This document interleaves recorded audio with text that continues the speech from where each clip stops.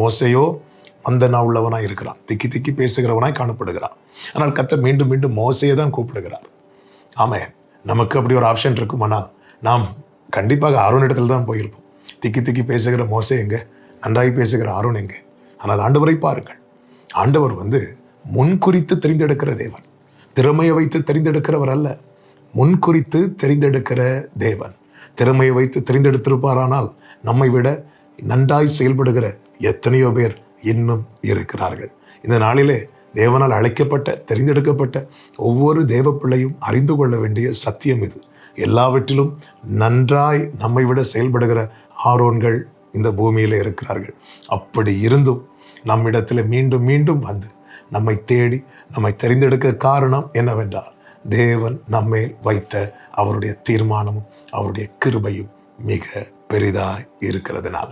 எனவே அழைப்பையும் தெரிந்து கொள்ளுதலையும் கனப்படுத்தி பழகுவோம். நம்மை விட எல்லாவற்றிலும் நன்றாய் செயல்படுகிறவர்கள் நம்மை சுற்றிலும் இருக்கிறார்கள். அதை தாண்டி தேவன் நம்மை தெரிந்தெடுத்திருக்கிறார்.